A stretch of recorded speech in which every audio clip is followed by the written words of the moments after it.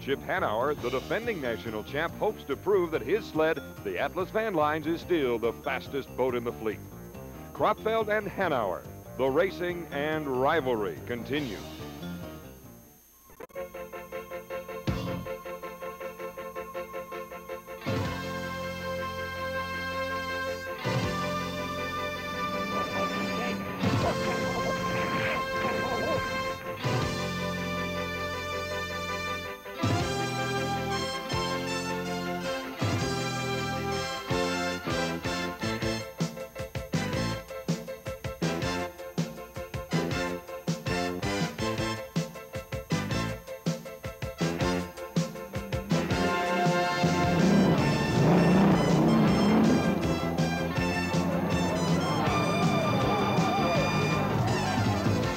This is the 1984 Missouri Governor's Cup Unlimited Hydroplane Race.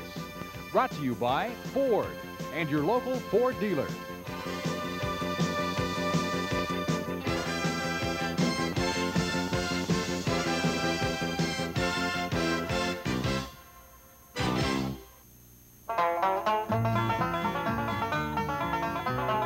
From the center of Missouri, the Show Me State, comes race number 9 on the 1984 Unlimited Hydroplane Racing Circuit.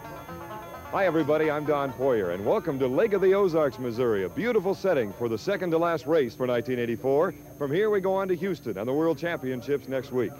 Since we last talked, we now have a new national champion, the Budweiser, with driver Jim Kropfeld and owner Bernie Little. Congratulations to them. And what would a race be without some drama? The Squire shop, number 2 in national points, damaged the boat when they lost the blade off of a propeller during testing Friday night. They worked late Friday night, all day Saturday, all night Saturday night at a local marina, and they brought the boat in this morning, and we hope that they'll be ready in time for Heat 1A. Jim Hendrick is down at the camp right now. Let's get an update. They're still busy on the boat, but the man who should know if the Squire shop's going to be ready is the driver, Mickey Remund. Mickey, they've worked hard. Are you ready? I'm ready. The guy's got quite a bit to do yet. We have about 20 minutes before we have to fire the engine. That's kind of our cutoff time, and it looks like we'll make it.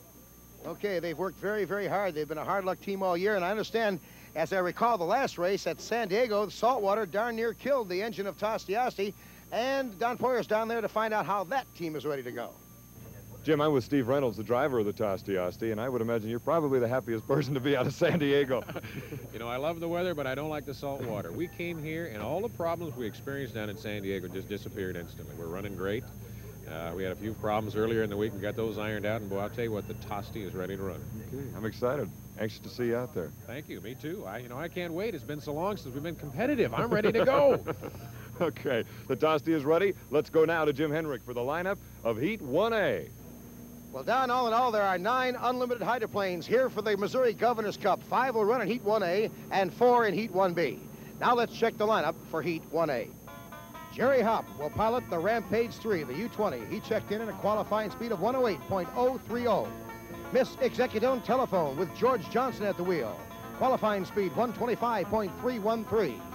The Lite All-Star will see competition in Heat 1A. Tom Deeth, 127.407 for qualifying speed. Miss Budweiser with Jim Kropfeld at 127.497.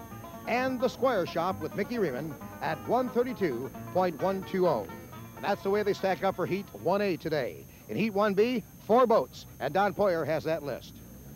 Jim, Heat 1B looks like it'll be a matchup between 2 of the hotter turbine boats, that being the Atlas Van Lines and the Tosti Asti. Here's the rundown for Heat 1B.